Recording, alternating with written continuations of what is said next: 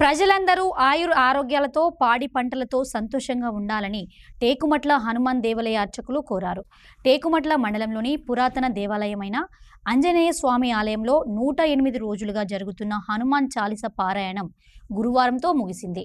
హనుమాన్ చాలీస పారాయణం ముగింపు సందర్భంగా గుడిలో పురోహితులతో ప్రత్యేకంగా హోమం నిర్వహించారు. అనంతరం స్వామివారికి అభిషేకం నిర్వహించారు. ఈ కార్యక్రమంలో గ్రామస్తులు అధిక సంఖ్యలో పాల్గొన్నారు.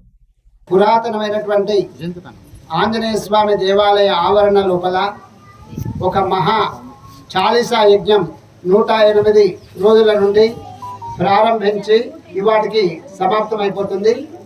ఆ సందర్భంగా టేకుమట్ల గ్రామంలోని ప్రజలందరూ కూడా ఆయుష్, ఆరోగ్యము, ఐశ్వర్యము, వ్యవసాయము, ఉద్యోగము అన్నీ కూడా అభివృద్ధి చెందాలని, ఆరోగ్యంగా ఉండాలని, అనతి కాలం లోపలనే ఈ యొక్క ఆలయం లోపల నూతన ఆలయ నిర్మాణం జరగాలని ఒక ప్రత్యేకమైనటువంటి కోరికతోటి ఈ యొక్క చాలీస పారాయణానంతరము హనుమతు హోమం దిగ్విజయముగా నిర్వహింపబడింది.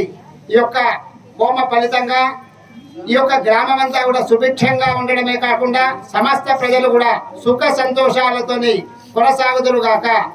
హనుమత్ అనుగ్రహ సిద్ధిరస్తు.